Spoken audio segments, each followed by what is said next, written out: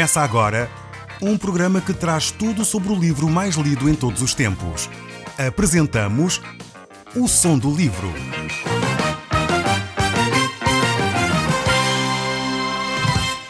Seja muito bem-vindo. Neste podcast vai encontrar o livro mais conhecido e lido em todo o mundo.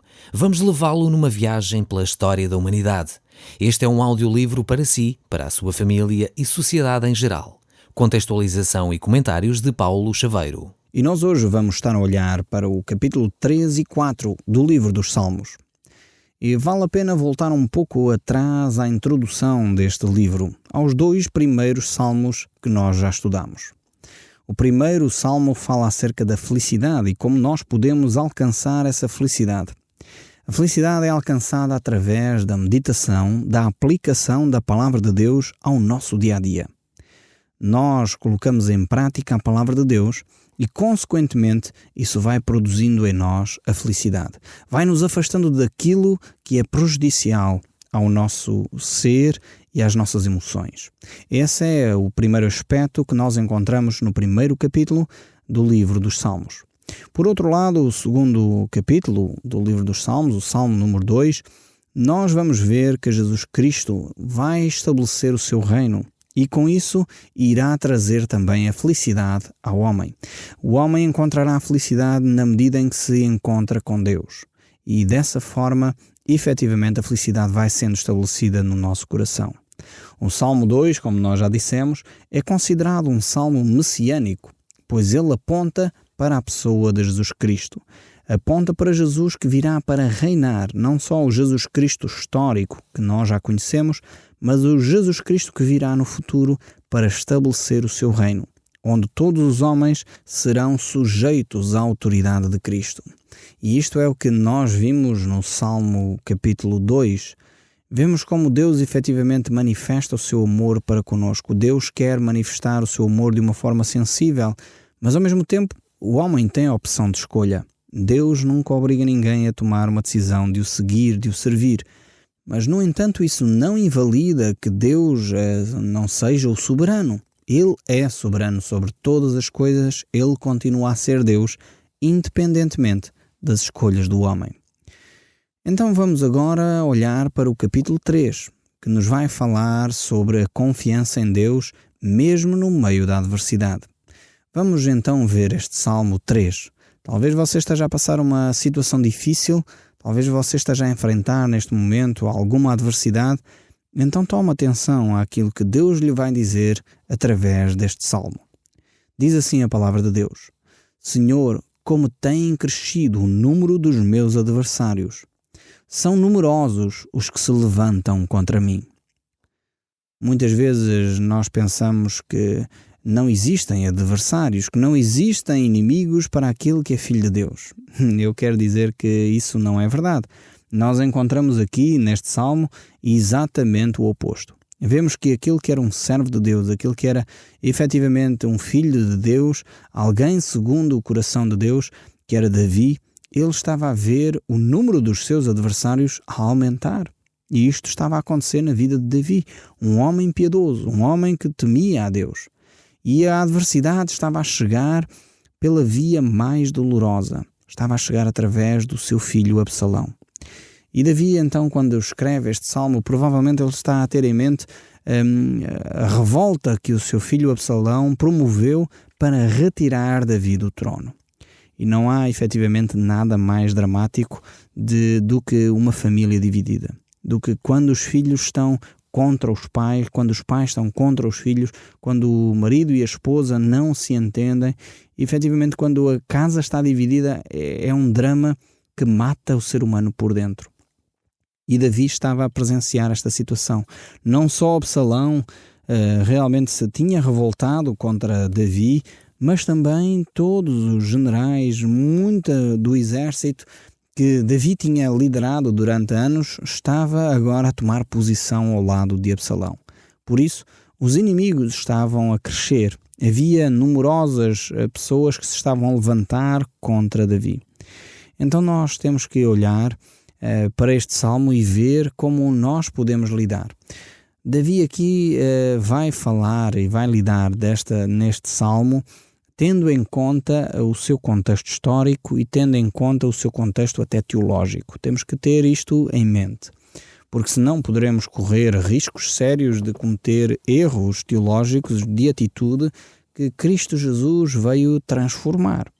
Então, Davi aqui vai falar de uma forma às vezes bastante dura contra aqueles que se levantavam como seus inimigos, mas ao mesmo tempo nós temos que entender que Davi está debaixo da lei, onde o que imperava era olho por olho, dente por dente. Então temos que ter isto em consideração quando olhamos para os lamentos de Davi e para as propostas que ele faz relativamente aos seus adversários. No entanto, nós sabemos que ao olhar para este Salmo de Davi e vendo aquilo que o livro de Reis relata sobre este assunto, vemos como Davi ficou profundamente magoado quando o seu filho Absalão foi morto na batalha. Ele ficou demasiado abatido. Então nós temos que ter em atenção isto também. Por outro lado, fiquemos bem conscientes de que mesmo sendo cristãos, mesmo sendo filhos de Deus, muitas vezes a adversidade chega. Eu sei que infelizmente por vezes há algumas pessoas que anunciam um cristianismo de facilidades, um cristianismo onde não há dificuldades, um cristianismo onde o cristão é sempre vitorioso, onde o cristão não tem adversidades, vai ter prosperidade, vai ter sempre saúde, nunca vai ter doenças. Este não é o cristianismo da Bíblia. Tenho que dizer isto de uma forma muito transparente e de uma forma muito franca. Na Bíblia nós vemos que o cristão sofre. Na Bíblia nós vemos que andamos pelo vale da sombra da morte. Mas a Bíblia também mostra que nós não temeremos mal algum porque Deus está connosco. A Bíblia não isenta o cristão da dificuldade, mas ao mesmo tempo mostra que Deus está junto a ele na altura da dificuldade. A Bíblia não isenta o cristão de inimigos. Antes, pelo contrário, se nós olharmos para Jesus Cristo, vemos que o próprio Jesus Cristo tinha um grande número de inimigos, ao ponto de até um dos seus apóstolos se ter revoltado, se ter colocado contra Jesus. Estamos a falar de Judas Iscariotes. Jesus sabe o que é ser traído. Jesus sabe o que é ter alguém próximo que se levanta contra ele. Então Jesus conhece esse sentimento que provavelmente você está a sentir. Talvez você se sente traído por alguém próximo de si. Alguma pessoa que estava bem próximo de si levantou uma calúnia, levantou uma mentira a seu respeito. Você está neste momento ferido, magoado. Talvez você se sente como Davi, que diz: Senhor, diz ele, tem crescido o número dos meus adversários, o número dos que se levantam contra mim. Talvez você está a sentir isso na pele. Talvez você necessita clamar a Deus como Davi o fez. Davi efetivamente era um bom pai, ele amava o seu filho Absalão, ele chorou profundamente quando Absalão morreu, mas no entanto ele sentia esta adversidade, ele sentia estes inimigos a se levantarem, a se colocarem, a se posicionarem ao lado do seu filho Absalão, que se preparava para tomar o reino. Mas o Salmo 3 prossegue no verso 2 a dizer: são muitos os que dizem de mim, não há Deus de salvação para ele. Talvez os seus inimigos digam o mesmo que aqui estes diziam a respeito de Davi. Eles estavam a pôr em causa o cuidado de Deus para com Davi. Eles diziam: afinal, tu és Davi, o homem que procura servir a Deus, e Deus não te está a livrar nesta situação. Talvez você já ouviu isto. Tu és cristão e está a acontecer isso na tua vida. Estás a ter essa dificuldade financeira, estás a ter esse problema familiar, estás a ter essa dificuldade na saúde, mas então Deus não te protege, Deus não cuida de ti. Talvez já você ouviu este comentário. E era o que estavam a dizer a respeito de Davi. Por isso ele clama. E o verso 3 diz: porém tu, Senhor, és o meu escudo, és a minha glória e o que exaltas a minha cabeça. Davi estava perfeitamente consciente da relação que ele tinha com Deus. Apesar das pessoas dizerem que não havia salvação em Deus para Davi, ele dizia: não, eu conheço-te, Deus. Eu sei que relação eu tenho contigo. Eu sei que tu és o meu escudo. Eu sei que és tu que me proteges. Sei que mal nenhum virá até mim se tu não permitires. És tu que me levantas, és tu que me abates. Davi tinha perfeita consciência que a sua vida estava nas mãos de Deus. A minha pergunta para si, que me está a ouvir neste momento: a sua vida está nas mãos de Deus? Você já confiou inteiramente a sua vida a Deus? Você pode dizer, como Davi: que Deus é o seu escudo, é aquele que o protege. Deus é aquele que o levanta, é aquele que lhe dá a promoção no trabalho, é aquele que traz a bênção sobre a sua vida. Você pode fazer esta afirmação como Davi o faz? Eu espero sinceramente que sim, que realmente você possa ter esta relação com Deus em que as adversidades não se colocam, não são maiores do que a sua relação com Deus, em que as adversidades não colocam em causa a relação que você já tem estabelecida com Deus. Talvez as pessoas querem pôr em causa essa relação, mas você está firme, sabendo que é Deus quem o protege, que é Deus quem cuida de si. E o verso 4 deste Salmo 3 ainda nos diz: com a voz clamo ao Senhor, e Ele do seu santo monte me responde. Realmente esta é perfeita comunhão com Deus. Saber que Deus ouve as nossas orações. Saber que Deus responde aos nossos pedidos. Isto é que é o realmente importante na vida de um cristão. É saber que Deus está presente. É saber que Deus está ao nosso lado mesmo na adversidade. Os inimigos ouvem-nos, os inimigos veem as nossas ações, eles estão prontos para nos destruir. Muitas vezes vemos que Satanás, efetivamente, ele quer provocar estragos na nossa vida. E a nossa luta, efetivamente, é contra esses principados e potestades, como diz o apóstolo Paulo. A nossa luta não é contra as pessoas. Não temos que ter uma atitude contrária para com as pessoas. Temos que sim lutar contra as hostes espirituais da maldade. Isso é o que a palavra de Deus nos desafia a fazer. E quando nós estamos nesse momento de batalha, muitas vezes nos sentimos fracos, desanimados, desencorajados. Devemos lembrar-nos que é Deus quem está connosco. É Deus quem responde às nossas orações. Então você fique firmado nesta promessa de Deus. É Deus quem é o nosso escudo, é Deus quem é a nossa glória, é Deus que nos exalta, é Deus que ouve o nosso clamor e é Deus quem responde às nossas orações. Como diz o salmista no outro salmo, ele diz: muitos confiam em carros, outros em cavalos, nós, porém, cremos no nome do Senhor. Confiamos naquilo que Deus está a fazer na nossa vida. Então devemos confiar não nos nossos talentos, não na nossa capacidade, não na nossa riqueza, não no nosso prestígio, não na nossa fama, não no nosso poder, mas no poder de Deus. Naquele que nos defende, naquele que é capaz de cuidar de nós, de ser o nosso escudo.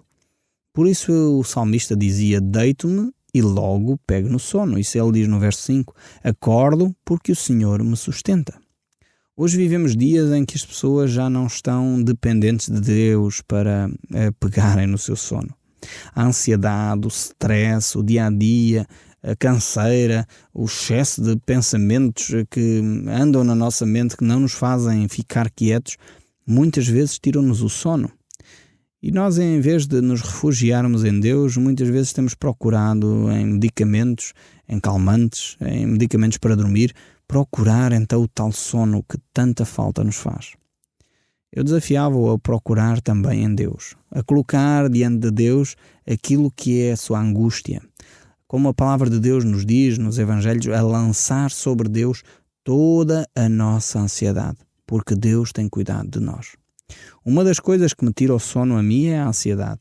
Quando eu estou ansioso por algum projeto, quando eu estou ansioso com alguma situação, quando eu fico preocupado demais com um acontecimento que pode atingir a minha família, pode atingir amigos meus, pode atingir situações de relacionamento, então eu fico ansioso. Eu tenho que confessar esse meu pecado. Eu preciso dizer: Deus, eu entrego esta situação nas tuas mãos. Eu vejo que nesta situação não estou a conseguir descansar em ti. Eu preciso descansar em ti.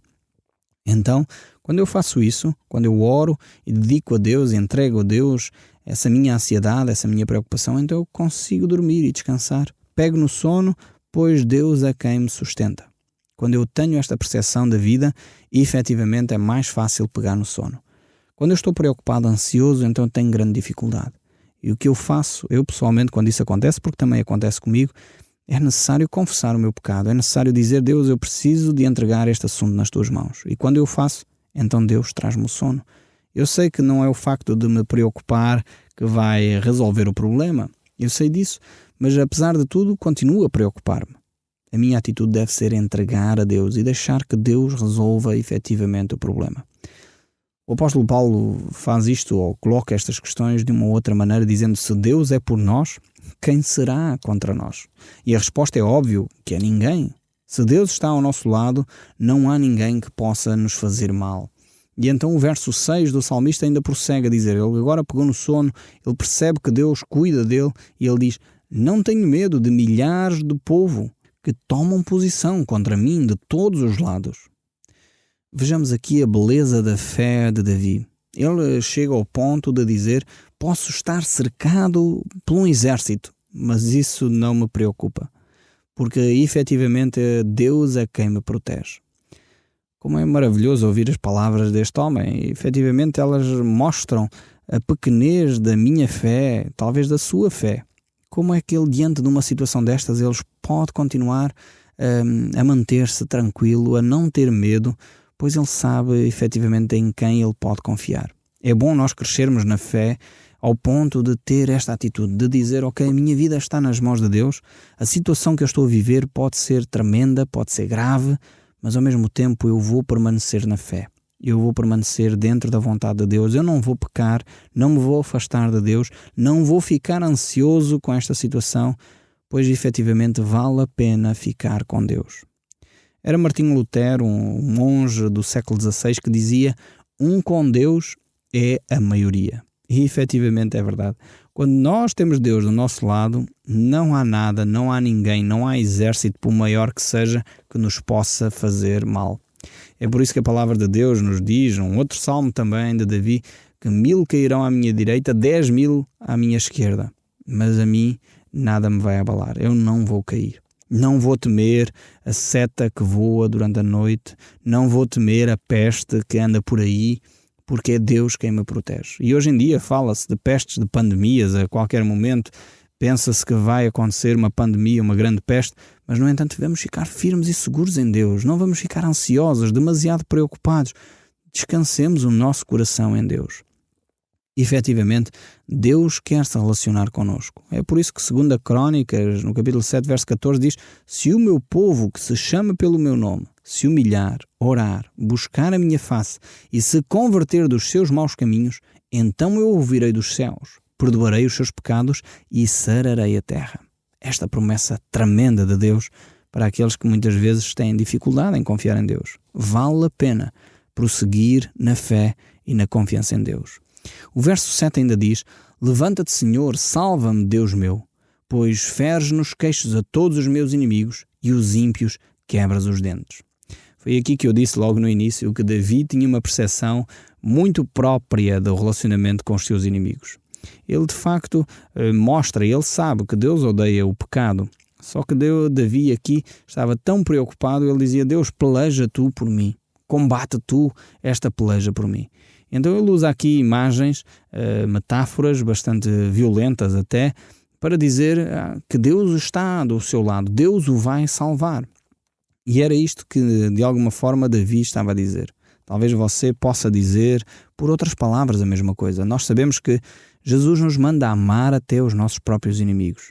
Mas, no entanto, ele não diz para nós continuarmos lá ao pé deles, se eles nos estão a dar pancada, para nós lá permanecermos a levar pancada. Não, temos que ter bom senso.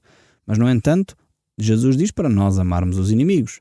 Agora, não diz para nós orarmos para a sua destruição, não é isso que Jesus nos diz. Antes, pelo contrário, diz para nós orarmos por eles e os abençoar. Aqueles que nos maldizem, nós vamos abençoar. Aqui Davi tinha uma percepção completamente diferente da realidade. Nós costumamos dizer, em linguagem mais técnica, que ele vivia numa outra dispensação, que era a dispensação da lei. Nós vivemos na dispensação da graça, debaixo da época da graça, em que o nosso relacionamento com Deus interfere nas nossas relações uns com os outros. Mas continuando aqui no capítulo 3, o verso 8 nos diz: do Senhor é a salvação e sobre o seu povo a tua bênção. Ele está perfeitamente consciente que é de Deus que ele depende, é Deus quem efetivamente vai guardá-lo e vai salvá-lo no momento exato. O capítulo 4 aqui dá uma ideia idêntica a esta do capítulo 3. Ele diz: responde-me quando clamo, ó Deus, na minha justiça. Na angústia me tens aliviado. Tem misericórdia de mim e ouve a minha oração. Vemos como o salmista aqui continua na mesma linha do capítulo 3. Os homens, até quando tornareis a minha glória em vexame, e amareis a vaidade, e buscareis a mentira? Vemos como Davi está continuamente a sofrer a perseguição, os maus tratos, a difamação de várias pessoas, e ele continua a clamar, sabendo que é de Deus que virá o socorro. O verso 3 diz: sabei, porém, que o Senhor distingue para si o piedoso, o Senhor me ouve quando eu clamo por ele. Grande certeza Davi tinha, porque ele sabe que efetivamente Deus não pactua com o pecado. Deus ama o pecador, mas odeia o pecado. E nós devemos ter esta mesma atitude. Por isso o salmista diz ainda no verso 4, irai-vos e não pequeis. Consultai no travesseiro o vosso coração e sossegai. Que grande recomendação esta aqui de Davi. Irai-vos e não pequeis. Ou seja, há a possibilidade para nos irarmos contra o pecado, mas não nunca contra o pecador, não contra a pessoa.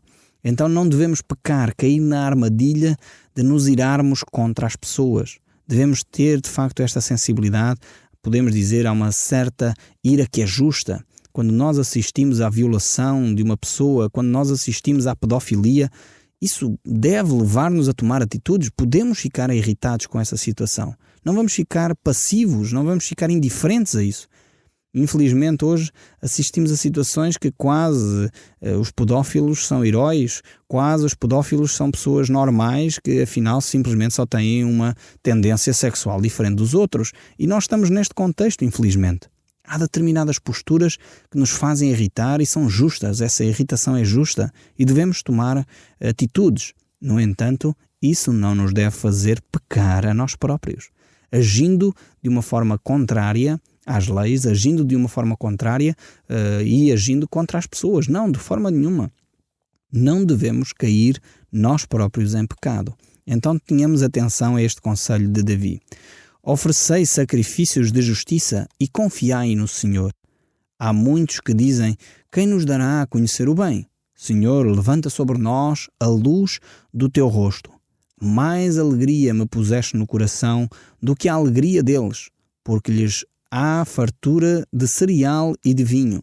Em paz me deito e logo pego no sono, porque, Senhor, tu me fazes repousar seguro. Em paz me deito, diz o salmista, e pego no sono.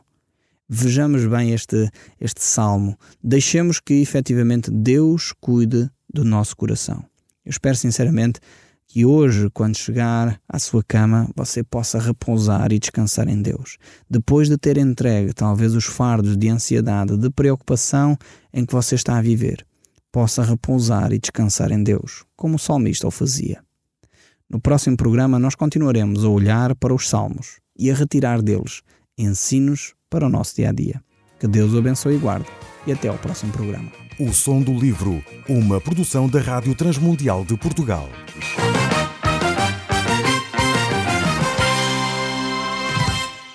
RTM. Conhece todos os nossos programas em rtmportugal.org. Uma produção da Rádio Transmundial de Portugal.